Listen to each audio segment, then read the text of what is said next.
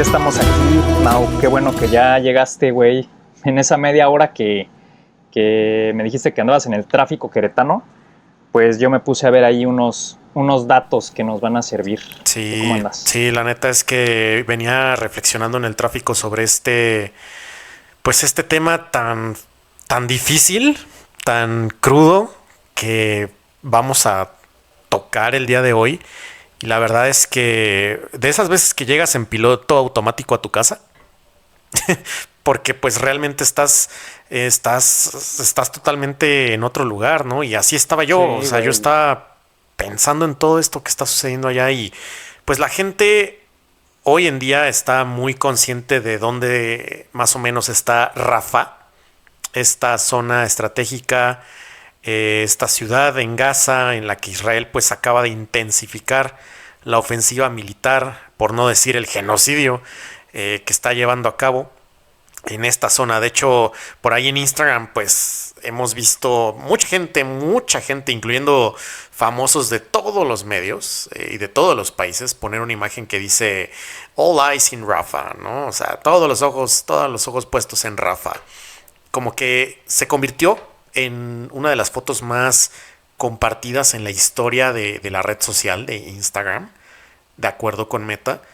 Y pues es con justa razón por las imágenes tan crudas que hemos visto del bombardeo que realizó la Fuerza Aérea de Israel y pues parte de la artillería israelí en un campamento de desplazados donde digo, no quiero aquí apelar al morbo ni nada por el estilo, pero pues se ve claramente la evidencia de que estos bombardeos provocaron incendios descontrolados que quemaron vivos a 45 personas, la mayoría niños.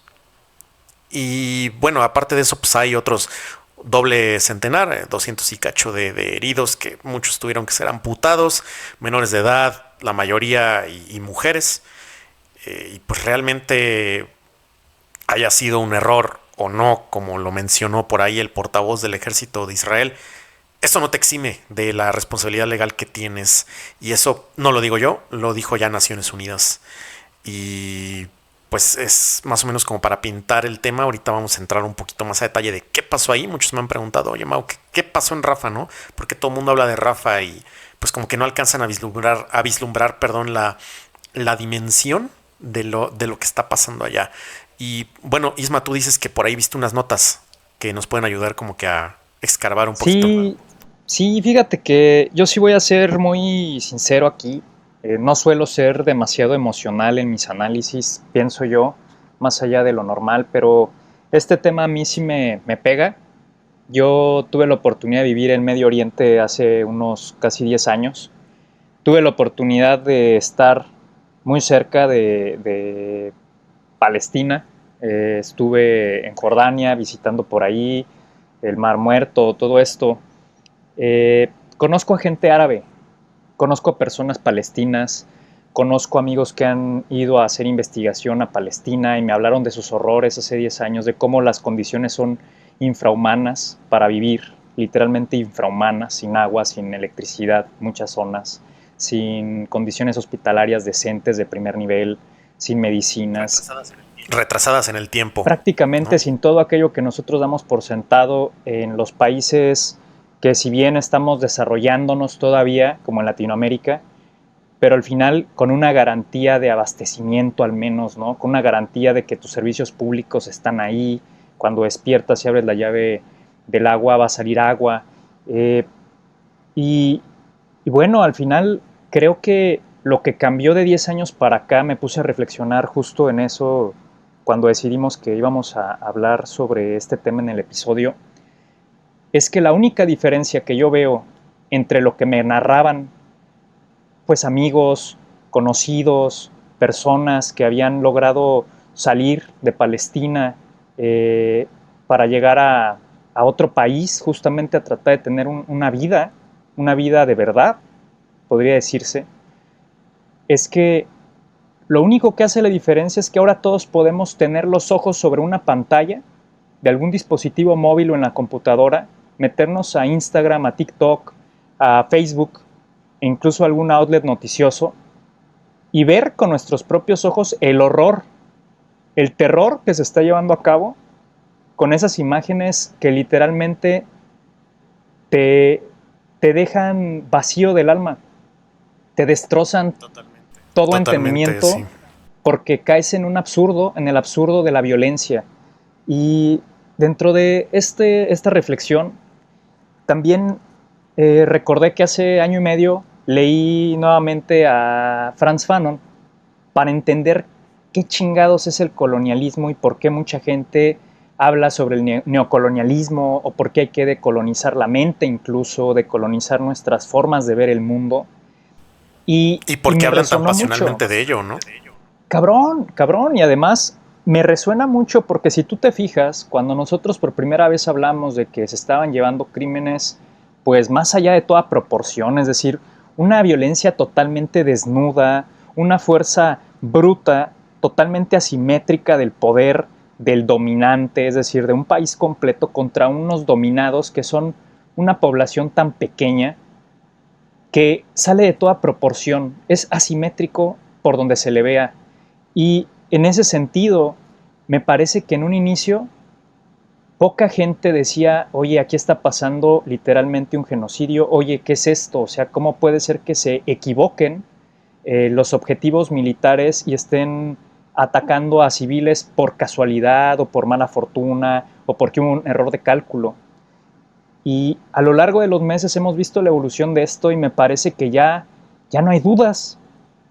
Me parece que el que países como Sudáfrica hayan interpuesto una denuncia en la Corte Internacional de Justicia para denunciar crímenes de guerra, simplemente fue la aceptación de lo que todos, de forma impotente, veíamos o no veíamos dependiendo de nuestro algoritmo digital.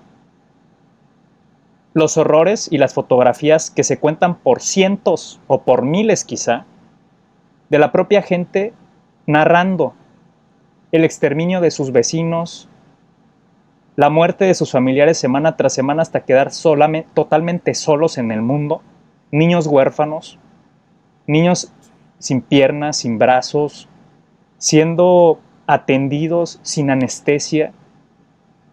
Y todo eso no nos puede más que afectar de la forma más brutal posible, porque si no, entonces querría decir que ya no tenemos sensibilidad alguna, y yo pienso que todavía tenemos una sensibilidad. Yo apuesto porque tenemos que seguir siendo humanos, porque lo somos. Pero se da un fenómeno que precisamente apenas ahora, celebridades, y ahora sí como que toda la opinión pública en realidad pesa ya encima de los actos que ha cometido el gobierno de Israel, con toda la fuerza de la opinión pública que hace unos meses no. Y eso al final no se llama justicia quizá, en términos legales, porque la justicia no sé si llegue. Y finalmente están ahí los mecanismos que van a lograr o no demostrarnos que hay una democracia y que hay una fuerza a nivel internacional que aboga por los derechos humanos, por los valores que se enarbolan justamente dentro de lo que llamamos un sistema democrático global. Pero sobre todo por asegurarnos que la humanidad todavía tiene un futuro y existe. Que hay futuro para las personas que no tienen justamente nada. Para aquellos que Frantz Fanon en su libro denominó los condenados de la tierra, así se llama su libro. Y en ese libro cita a Mateo 20:16 y justamente dice que los últimos serán los primeros. Y me pegó mucho porque es muy brutal. Es decir, efectivamente, esos que hoy están muriendo por cientos, por miles en Palestina, en la Franja de Gaza, y ahora recientemente en Rafa, son los últimos de la tierra, son los más condenados. Son todos aquellos que si no hubiera habido las redes sociales, no tendrían nombre, no tendrían voz, no tendrían ni siquiera cara. No seríamos testigos del horror, testigos presentes de ver esto ocurrir las 24 horas del día desde hace meses.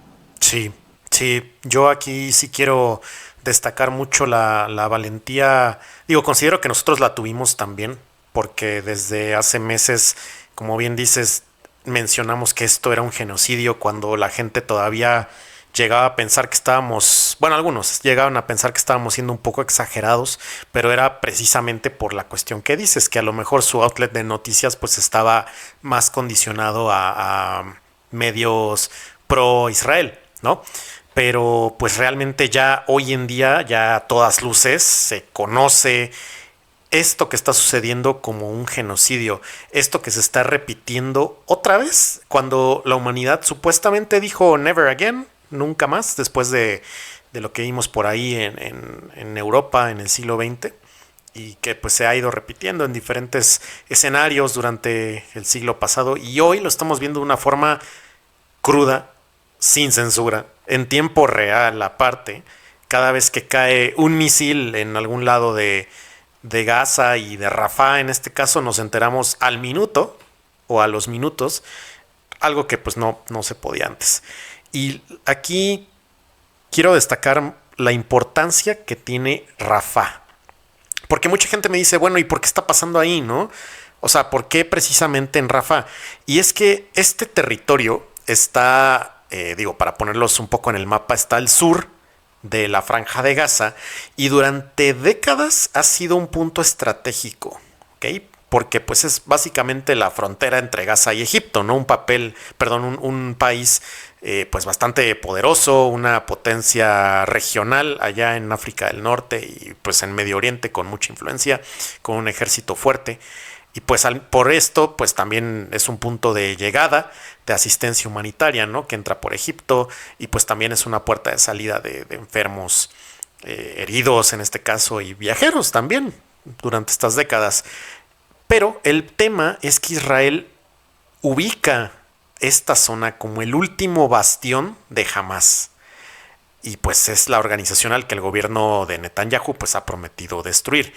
Porque según la inteligencia de Israel, según el Mossad, la milicia de Hamas lleva años construyendo allí una red, supuestamente, ¿verdad? Esto es lo que ellos dicen, una red de túneles y escondites, desde las que históricamente Hamas ha llevado a cabo pues lanzamientos de misiles o guardando municiones para atacar a Israel, o lanzamiento de misiles, como les decía, Israel.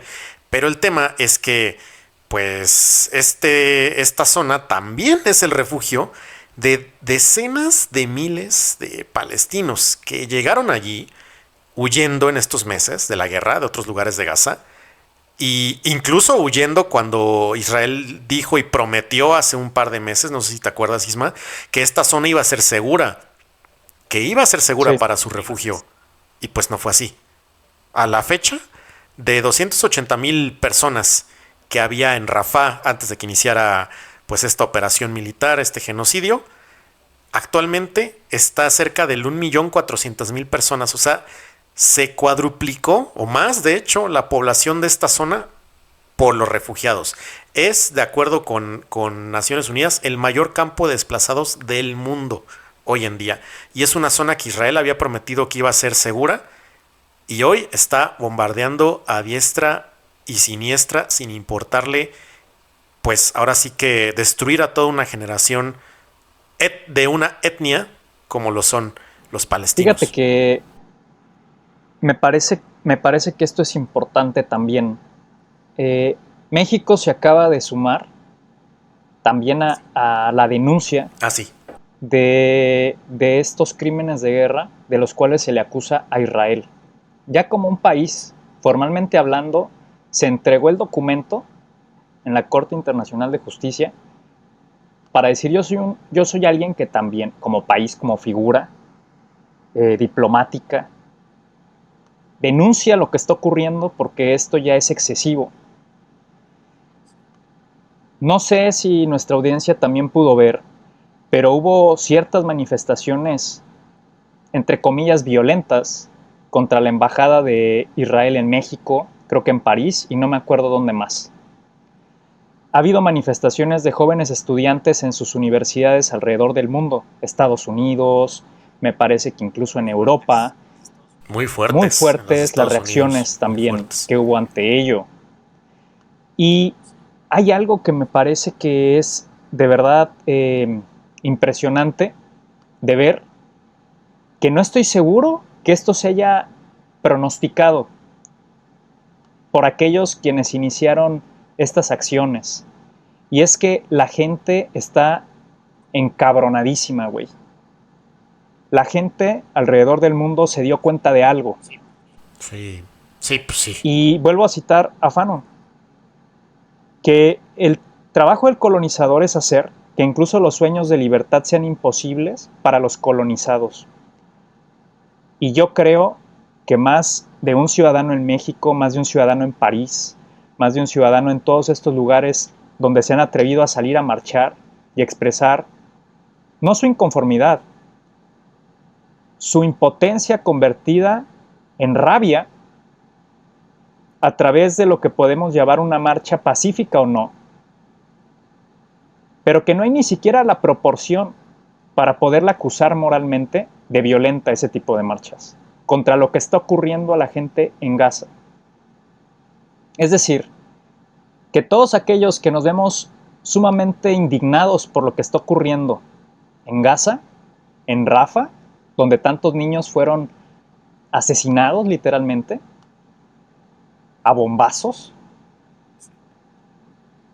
pensamos que esa no es la humanidad, pensamos que hay algo más, que no puede ser eso.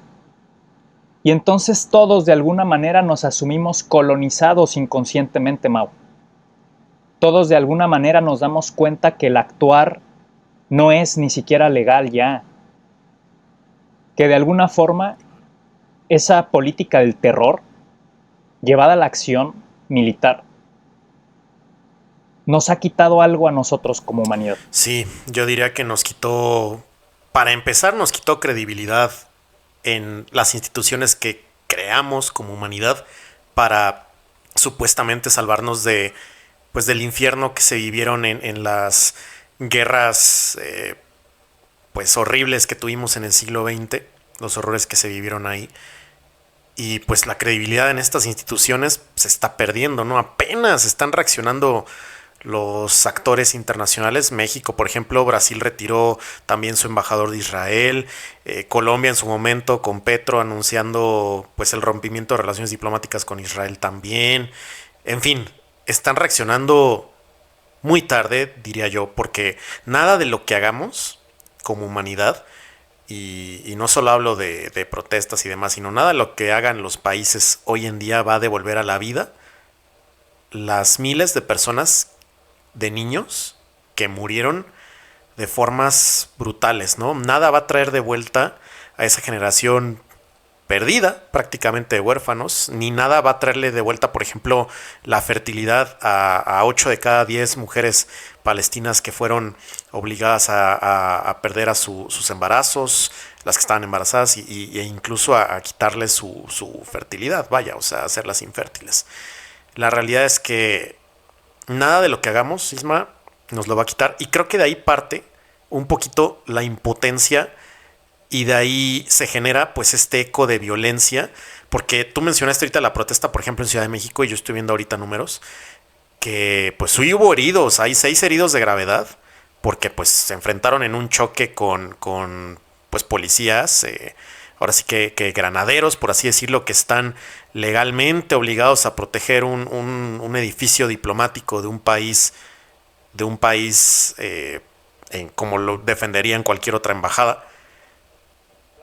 Pero de ahí parte, ¿no? De la impotencia, y también parte de ahí la impotencia de los estudiantes en Estados Unidos que Sí, ya han llegado ya a haber muertos, o sea, de que están siendo arrestados, y con la brutalidad que puede caracterizar a la policía allá en la Unión Americana, pues llegan a irse contra su propia población, sabiendo que ellos, el gobierno de Estados Unidos específicamente, ha sido un aliado pues así fijo de Israel en toda su campaña, y a estas alturas del partido ha tenido que, incluso le pidió antes de que empezara esta cuestión de Rafah, estos ataques, le pidió Joe Biden a Netanyahu que no interviniera en Rafah, que permitiera que pasaran primero la ayuda humanitaria, y sí, no hicieron caso. definitivamente. Me parece que aquí hay que señalar una cosa, las vidas humanas son una pérdida absoluta y no hay nada que podamos hacer para restituirlas.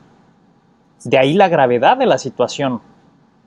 De ahí precisamente el hecho de la denuncia hecha ahora sí que acción a través de las protestas pacíficas y no pacíficas. Porque efectivamente han sido protestas violentas, pues bueno, sí, la praxis es la violencia. Porque lamentablemente, me parece, se llegó muy tarde a la denuncia, a la condena de la opinión pública a los hechos que han venido ocurriendo desde el 7 de octubre prácticamente,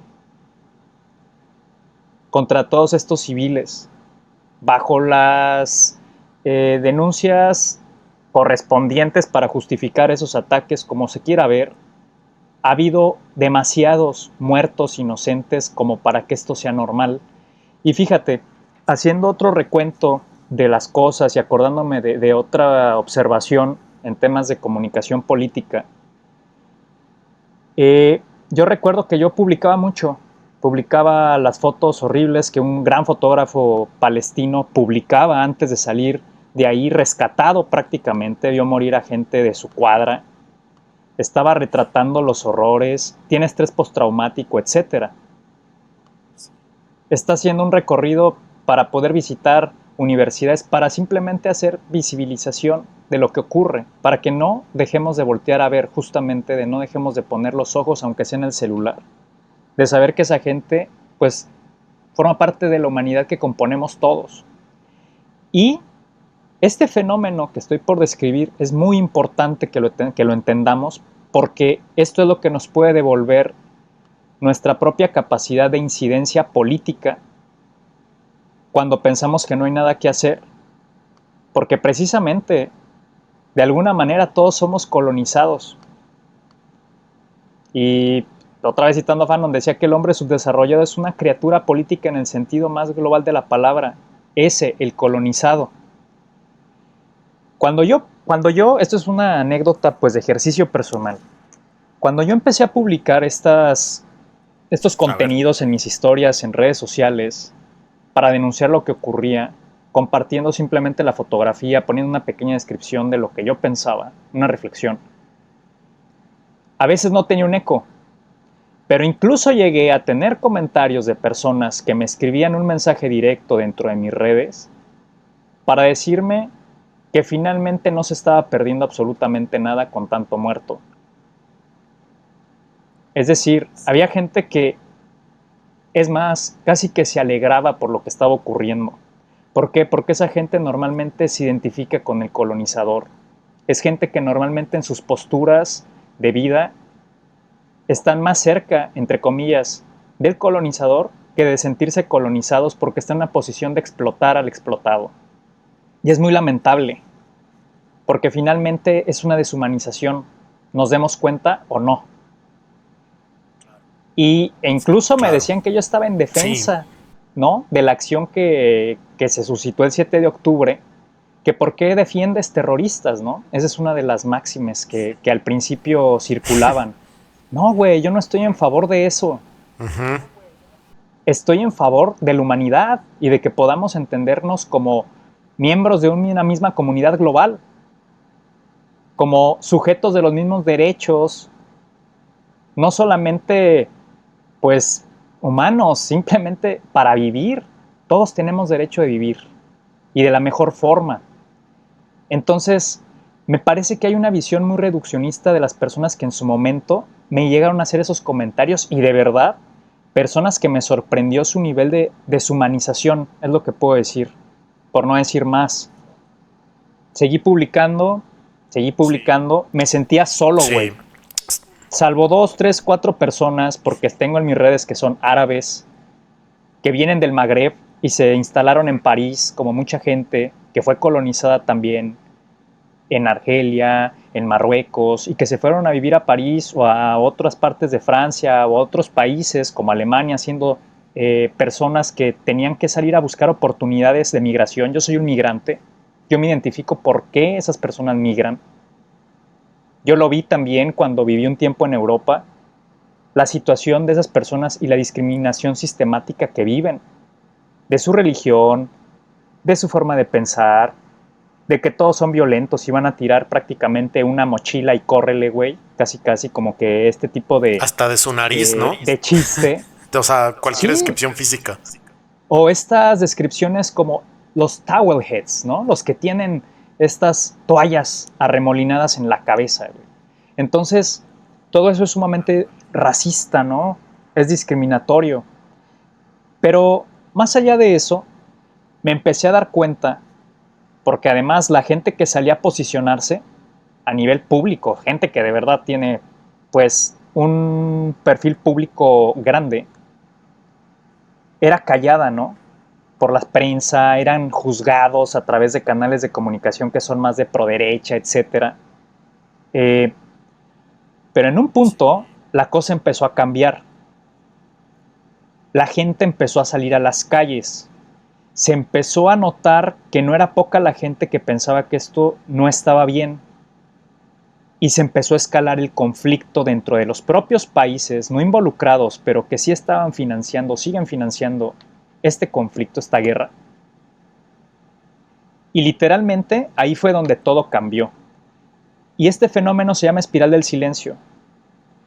Nosotros, como humanos, tenemos un sentido gregario como los primates, es decir, nos movemos en grupos. Nos gusta formar grupos y sociedades. Tenemos que tener ese sentimiento, ese sentido de pertenencia. Cuando esa pertenencia no está satisfecha, nos sentimos aislados. Y somos capaces de callar la injusticia y la inmoralidad, como lo que hemos visto que ha venido ocurriendo, con tal de sentir que nosotros no somos los bichos raros del salón, o del trabajo, o de algún lugar en donde nosotros estemos compartiendo nuestra vida, nuestro ser. Y para eso hubo mucha gente, no yo, gente realmente con una voz que seguramente tuvo que perder su trabajo por sus opiniones en países que estaban en favor de lo que estaba ocurriendo. Muy seguramente hubo gente que también, teniendo una voz de comunicación bastante grande y bastante grande en audiencias, comenzó a atreverse a llamar de esto por su nombre, por lo que está ocurriendo más allá de una sentencia legal. Y todo eso se fue haciendo como una bola de nieve. Y entonces pasamos de que aquellos que denunciaban lo que estaba ocurriendo como algo injusto, algo inmoral, algo deshumanizante, algo que no debería estar ocurriendo, empezó a ser cada vez más y más y más las personas, y nos vimos reflejados en aquellos que salían a las calles a hacer protesta, nos vemos reflejados en aquellos que se ponen en sus campus también a resistir.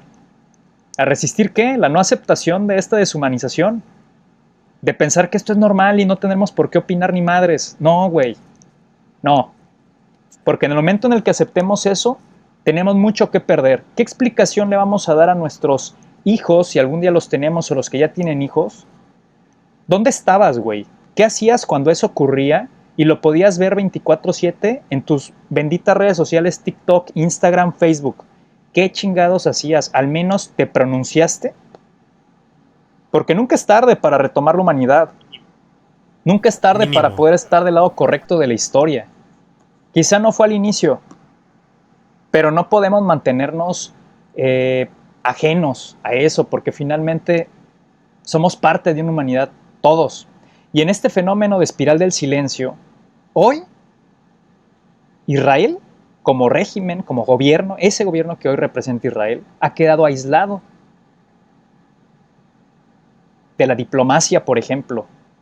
Ha quedado aislado como un país condenado por la opinión pública internacional, pero porque primero actuó la opinión pública nacional dentro de los propios países para empujar a los gobiernos a que precisamente tomaran una postura definitiva y decisiva y le expresaran a través de un rompimiento diplomático, por ejemplo, una condena a los hechos, una persecución legal, como tiene que ser en una democracia, de algo que es un crimen, aparentemente, y que tendrá que ser demostrado, sí, pero que de entrada el hecho de que eso ya se consolide en una suerte de comunidad de naciones que están en contra de lo que ocurre, significa que entonces la gente fue la que llevó a sus gobiernos, los presionó, cuando esos gobiernos también padecen de este fenómeno de espiral del silencio, donde el primero que va a levantar la mano lo van a madrear, literalmente.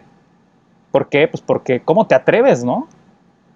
¿Cómo te atreves a poner en entredicho lo que dice el bully del salón? Ahí te van tus chingadazos. Entonces, me parece que justamente este es el valor que tenemos que recuperar, porque toda esa gente no puede morir en vano.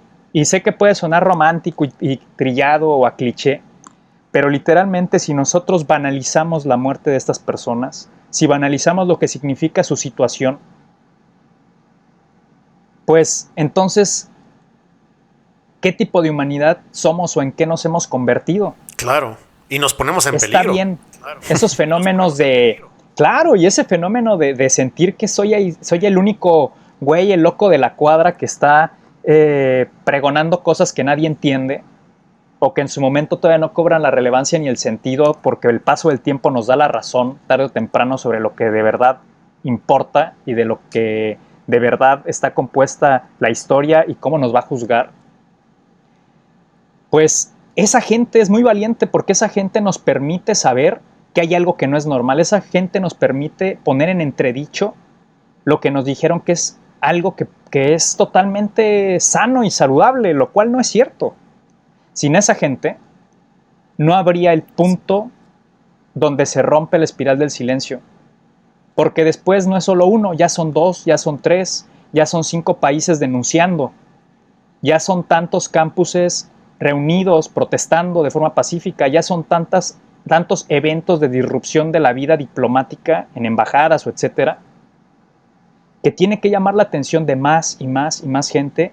Y lo que pasó con Rafa y este evento fatídico y terrible,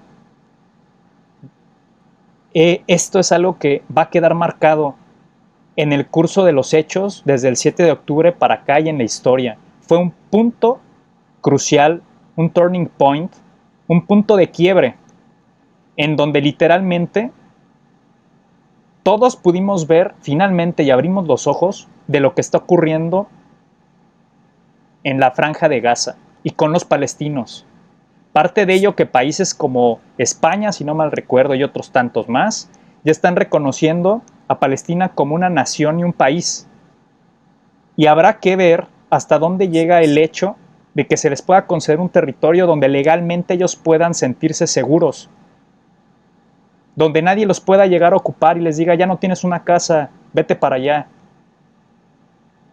No podemos concebir el estado de indefensión de toda esa nación. Sí, y eso es bien peligroso, Isma. Dos cosas aquí. Uno, obviamente esta retórica del gobierno genocida de Netanyahu y de este partido pues conservador en Israel, pues pone también en peligro a su propia población, a los judíos y judíos israelitas que pues históricamente sabemos que ha sido un grupo vulnerable históricamente, y pues esto los vulnera aún más a un repudio internacional.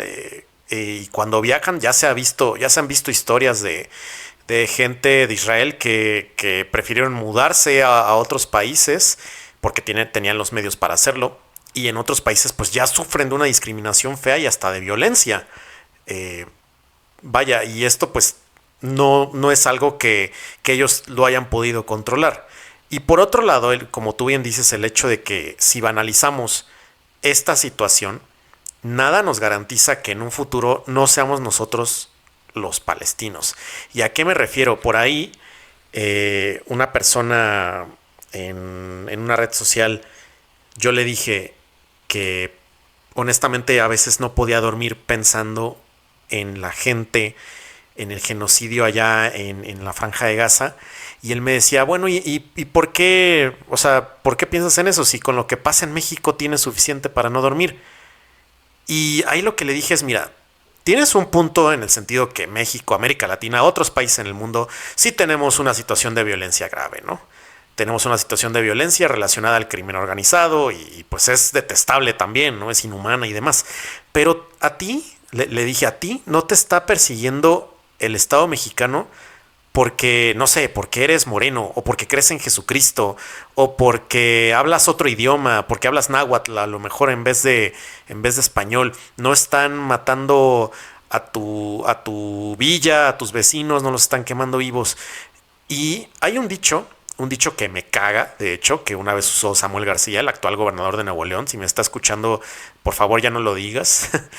Él mencionó un dicho infame que dice, en el norte se trabaja, en el centro se administra y en el sur se descansa o se echa la hueva, algo así dijo.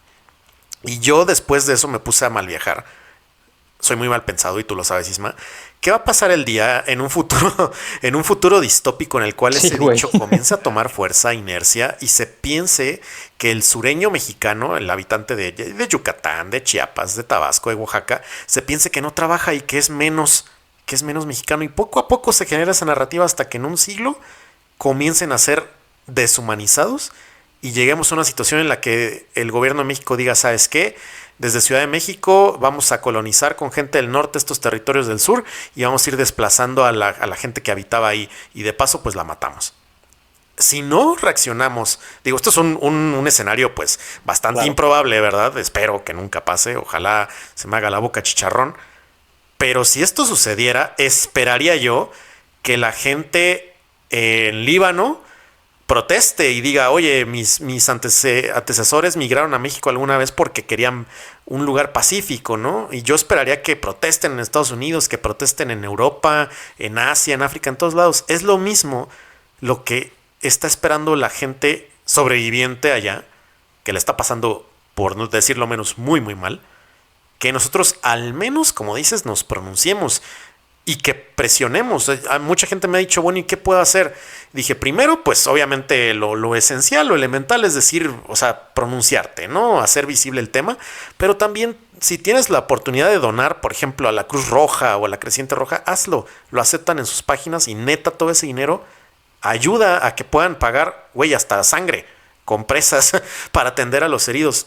Y si te quieres ir más allá, presiona a tus gobernantes. Hay gente que lo está haciendo a manera de protestas y pues yo la verdad pienso que es aplaudible. Yo equipararía lo que estamos viviendo ahorita más o menos lo que pasó por ahí iniciado el siglo de las luces con la toma de la Bastilla en Francia, más o menos. Está viendo como un cierto despertar de este tipo de problemas y el capitalismo y demás. Nos hemos vuelto más políticos porque hemos descubierto que este sistema funciona de una manera muy peculiar, cabrón, porque hay cosas en donde nadie pierde, dígase algunos, y en donde otros, por más que quieran ganar, siempre van a estar condenados a perder. Lo pierden todo. Y lo estamos viendo, cabrón. Lo estamos viendo en tiempo real en diferentes aspectos, desde el sector laboral, cuando corren a la gente de buenas a primeras en favor de que los accionistas tengan mucho más ganancias y simplemente por eso de repente hay que recortar la nómina, hasta el hecho político precisamente de estos extremismos y fanatismos políticos y que finalmente todo este ambiente en el cual vivimos globalmente como si estuviéramos ya en una tercera guerra mundial, perdón, unos conflictos de verdad grandes y graves, son sinónimo de convulsión social, son sinónimo de replanteamiento de las estructuras sociales, ¿no, Mau? Y a mí en ese sentido me parece que tienes toda la razón al decir que necesitamos levantar la voz por incluso los que no conocemos. ¿Por qué? Lo que más sorprendente me parece es que el pueblo que fue exterminado durante la Segunda Guerra Mundial, sí, los alemanes, cometieron unos actos atroces, y todos lo sabemos, contra los judíos precisamente, de diversas nacionalidades, pero finalmente judíos, como una nación judía, más allá de su pasaporte, fueron condenados a morir, a ser exterminados literalmente. Y no puede ser que décadas después Como insectos. se esté defendiendo una acción similar por aquellos que justamente padecieron de ello. Y no me refiero a los ciudadanos israelitas que están literalmente en contra de ello y que han sido reprimidos incluso por no estar a favor de esas acciones. Gente valiente que ha sido capaz de disentir en lo más profundo del aislamiento que es tu propia sociedad, tu propio país. Esa gente debe de ser reconocida. Y tenemos que no caer en la xenofobia justamente de pensar que porque alguien es israelí, simplemente ya apoya ese tipo de acciones, porque mucha gente no lo hace. Así como otras tantas, claro que sí, y se ufanan y hacen bailes en TikTok, por ejemplo, para celebrar lo que está ocurriendo. Y quiero cerrar yo mi participación para después dejarte a ti concluir, Mau, con una frase increíble y con una historia general de quién fue Martin Niemöller. Martin Niemöller fue un prominente pastor luterano de Alemania, quien en la década de 1920 y los primeros años de 1930 simpatizó con muchas ideas nazis y apoyó movimientos políticos de extrema derecha que después erigieron al señor Bigotón para subir al poder en el 33. Este pastor, Niemöller, se volvió un fuerte crítico de la interferencia de del Bigotón, en la iglesia protestante y pasó los últimos 8 años de dominio nazi, entre el 37 y el 45, en prisiones y campos de concentración. Y quizá esta cita muchos la podamos reconocer o recordar, pero no le hemos puesto el nombre y ahí les va. Y esto es lo más cierto que he escuchado, que nos tiene que hacer entrar en razón y literal alzar la voz desde donde quiera que estemos y de la forma en que podamos. Primero vinieron por los socialistas y guardé silencio porque no era socialista. Luego vinieron por los sindicalistas y no hablé porque no era sindicalista. Luego vinieron por los judíos y no dije nada porque no era judío. Luego vinieron por mí y para entonces ya no quedaba nadie que hablara en mi nombre. Su perra madre. Se me puso la piel chinita. Y esta persona, en un inicio, si nos damos cuenta, ni siquiera era una persona que pudiera prever lo que iba a pasar con ese régimen que se instauró después. Pero justamente es la invitación que al menos podemos hacer desde este posicionamiento político que hacemos en nuestra acción, dígase este podcast, que es nunca es tarde para poder estar del lado de la humanidad, del lado de lo que realmente importa, del lado de lo que realmente es valioso y sagrado, que es la vida. Sí, nunca es tarde. Ahora sí que yo creo que no hay nada más que agregar. Isma, es un tema pues muy difícil, el tema de nuestro siglo, sin lugar a dudas. Se va a estudiar en las siguientes décadas, se va a juzgar justamente cómo reaccionó no solo el gobierno que está llevando a cabo estas acciones deplorables, sino todos los otros gobiernos que hicieron mientras estaba pasando, y se va a juzgar a la sociedad civil mundial, incluso si se le puede llamar una sociedad global. Se va a juzgar a los países que sí se pusieron temprano a declarar esto como algo inadmisible, algo que no debía pasar. Y pues lo único que les puedo decir es que se pronuncien, busquen esa humanidad que tienen, que tenemos todos, y pues pronunciémonos. Si podemos ayudar, ayudemos de las formas en las que comentamos, pero al menos pronunciémonos, porque en unas décadas, cuando esto se esté estudiando, esperemos estar todos del lado correcto de la historia, que es la humanidad. Muchas gracias por escucharnos y nos vemos en otro episodio de Calabozos y Dragones. Bye.